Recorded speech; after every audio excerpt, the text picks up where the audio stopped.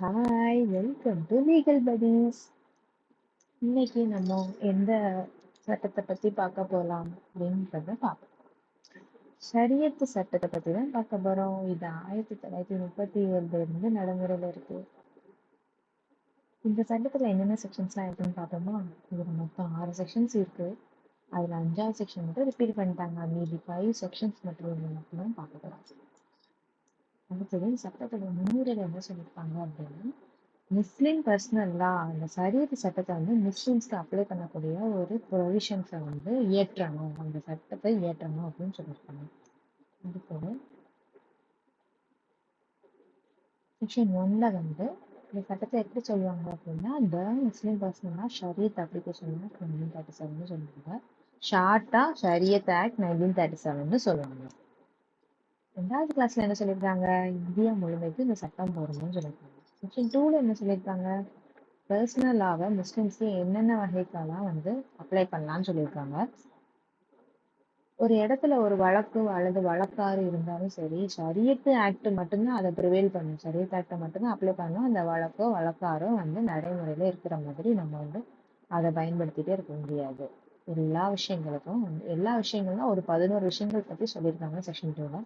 அந்த 11 விஷயங்களுக்குமே வந்து ஷரியத்து சட்டத்தை தான் அப்ளை பண்ணணுமே தவிர அவங்கவுங்க இடத்துல இருக்கக்கூடிய வழக்கோ வழக்காரையோ பயன்படுத்தக்கூடாதுன்னு சொல்லியிருக்காங்க. அடுத்தது என்னென்ன அந்த 11 விஷயங்கள்னு பார்த்துருவோம். முதல்ல இந்த விவசாய நிலங்கள்ல ஏற்படக்கூடிய அந்த டிஸ்பியூட் பிரச்சனைகளை தவிர வேற எந்தெந்த விஷயங்கள்லாம் சொல்லியிருக்காங்கன்னா, நம்பர் 1 இண்டஸ்ட்ரியல் சக்சஷன், வாரிசு உரிமை. நம்பர் 2 பெண்களின் சொத்து, அப்புறம் வந்து சுய சம்பாத்திய சொத்து. இந்த சொத்தெல்லாம் வந்து ஒண்ணு ஒப்பந்தத்துல மூலியமா வந்திருக்கலாம், இல்லாட்டி கொடை மூலியமா வந்திருக்கலாம், இல்ல பர்சனல் லாவுடைய மற்ற சரத்துகள் வந்து வந்திருக்கலாம். அப்புறம் 3வது திருமணம். 4வது விவாகரத்துல உள்ள வகைகளை சொல்லியிருப்பாங்க. 5வது மெயின்டெனன்ஸ், ஜீவானம்சம். 6வது மகர். 7வது கார்டியன்ஷிப். 8வது கிஃப்ட், கொடை. 9வது ட்ரஸ்ட்.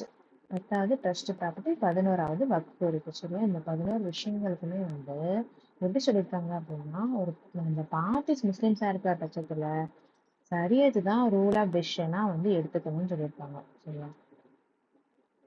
அடுத்து இது சம்பந்தமா ஒரு கேஸ்லாம் பார்த்தோம். இந்த கஸ்டம்ஸ் சொன்னதுல அந்த செக்ஷன் 2ல ஸ்டார்டிங்ல அதை பத்தி இந்த கேஸ்லால சொல்லியிருக்காங்க, டிஸ்கஸ் பண்ணியிருக்காங்க.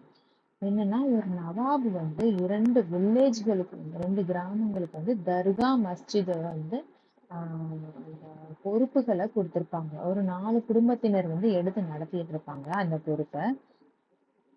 அது என்னென்ன பொறுப்புகள் அப்படின்னா, தர்கா மஸ்ஜிதுல வந்து நடத்தக்கூடிய வழிபாடு, செரிமோனி, ஃபங்க்ஷன்ஸ் இதெல்லாம் வந்து இந்த 4 குடும்பங்களும் எடுத்து நடத்துறாங்க 8 வருஷத்துக்கு ஒருக்க.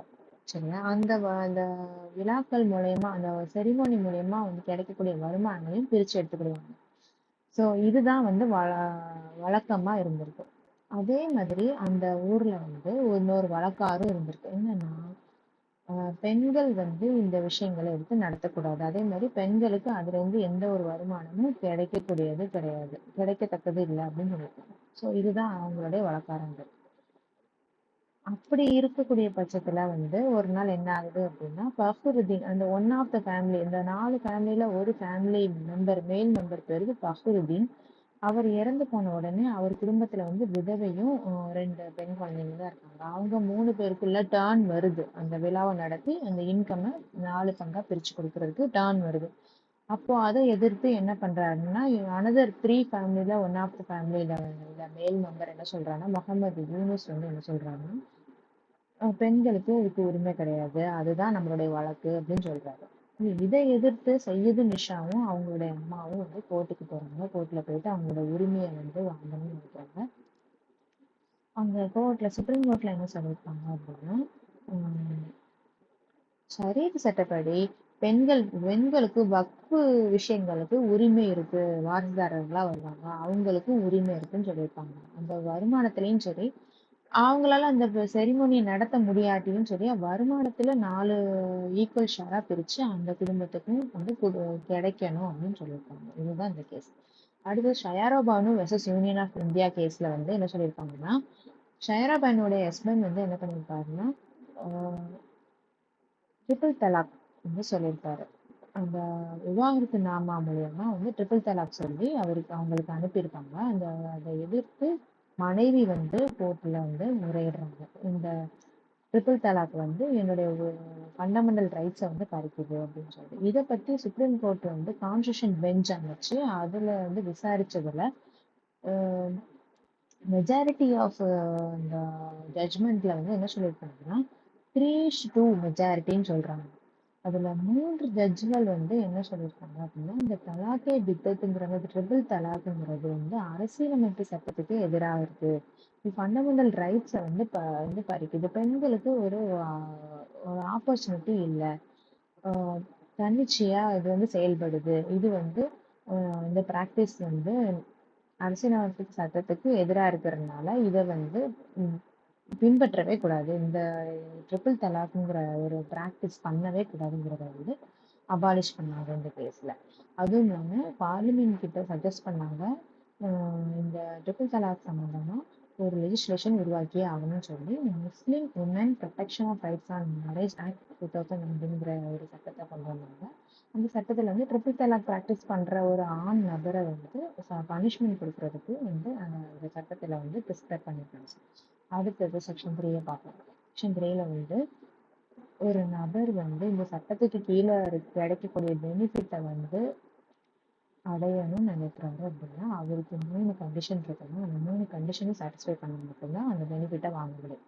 ஃபர்ஸ்ட் வந்து முஸ்லீமா இருக்கணும். செகண்ட் வந்து ஒப்பந்தம் பண்ணக்கூடிய தகுதியானவராக இருக்கணும். மூன்றாவது வந்து இந்திய நாட்டுடைய குடிமகனாக இருக்கணும்.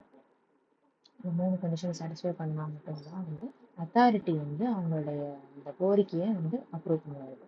ஓகேவா?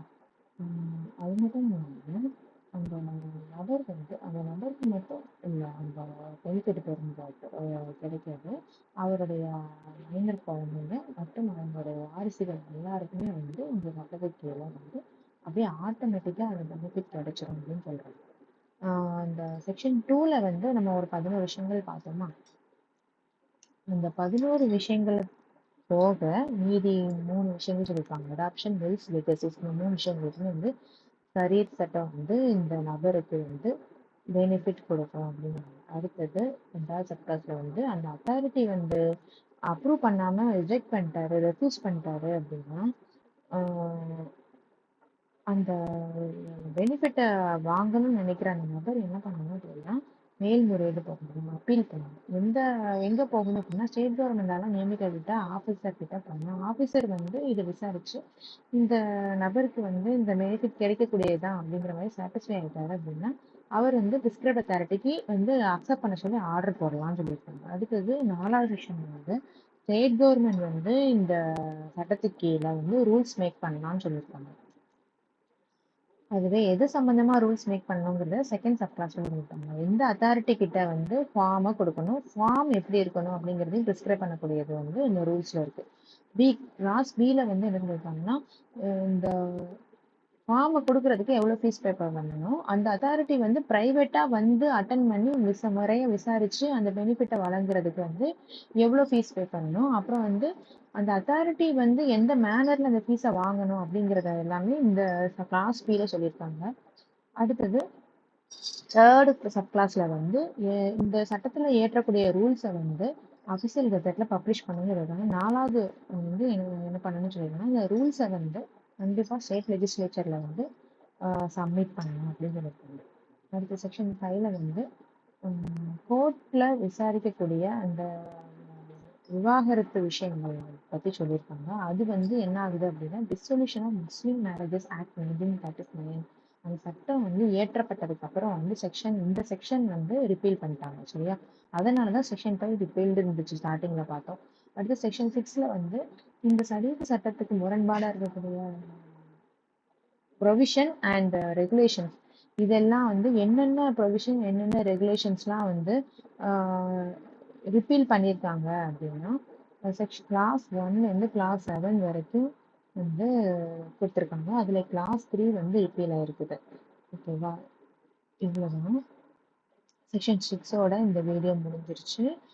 இந்த வீடியோ பிடிச்சிருந்துச்சுன்னா லைக் பண்ணுங்கள், சப்ஸ்கிரைப் பண்ணுங்கள். தேங்க்யூ.